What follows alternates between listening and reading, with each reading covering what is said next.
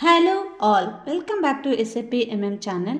Today we'll touch base on the interview questions asked for 4 plus years of experience on real scenario based part 2. Let us start. Goods receipt the GR is not possible for a PO. Why? The answer should be the PO may not be released. That could be the reason. Or the delivery date is not yet due. May the future date should be the delivery date. Or you need to check the release status and the item delivery date in ME23N.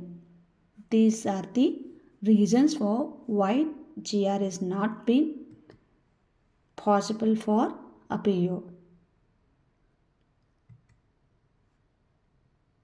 So the PO might not be released or the delivery date is not yet due.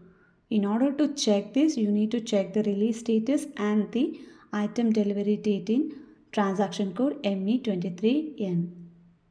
Moving on to the next question. Which table stores the purchasing organization data? Which table stores the purchasing organization data?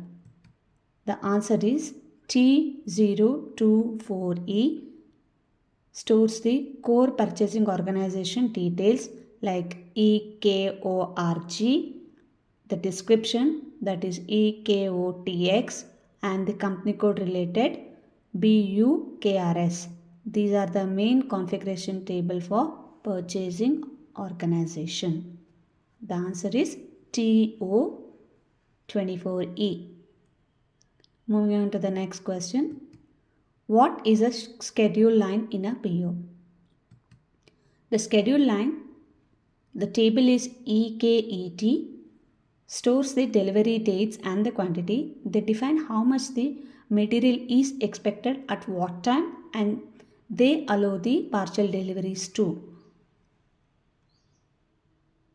Moving on to the next question.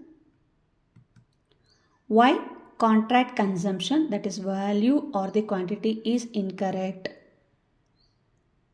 The answer is the contract consumption is updated only during PO creation and GR based on document type settings.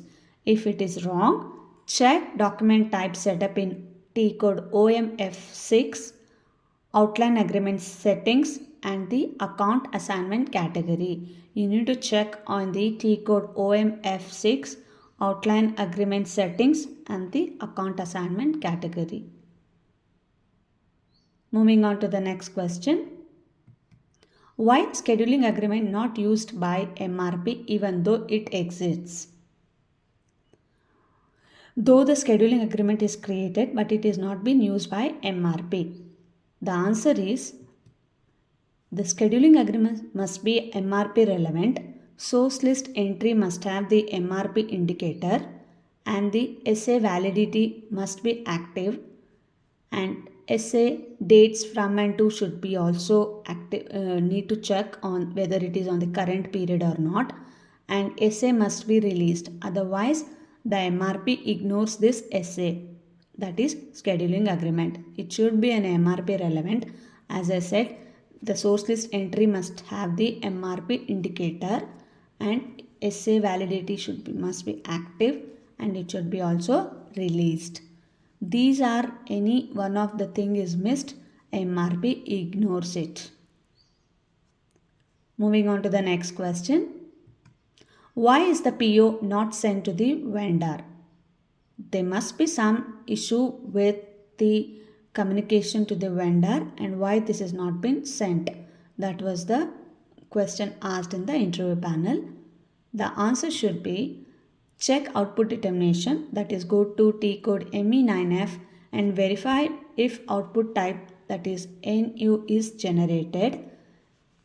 Check condition records in MN04. Ensure the vendor has the communication data, maintain it like email, EDI, so on. So better you need to check the output determination in ME9F. Ensure that the output type is generated, that NU is there, and then check the conditions records in MN04. So you will be knowing whether it is a email type or the EDI. The communication should be reach vendor through email or the EDI. EDI is electronic data interchange. Moving on to the next question. Why is PR, the purchase requisition, not converting to PO? Check if the PR is approved or released. Check if the release strategy is active, and PR must released before the PO creation only.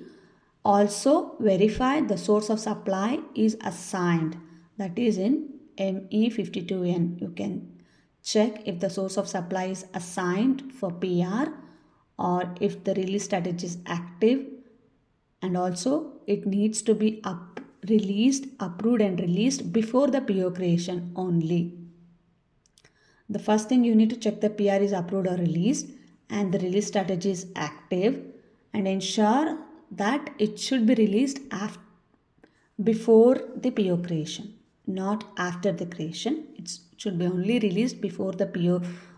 Before PO is ready, the PR should be released and get ready.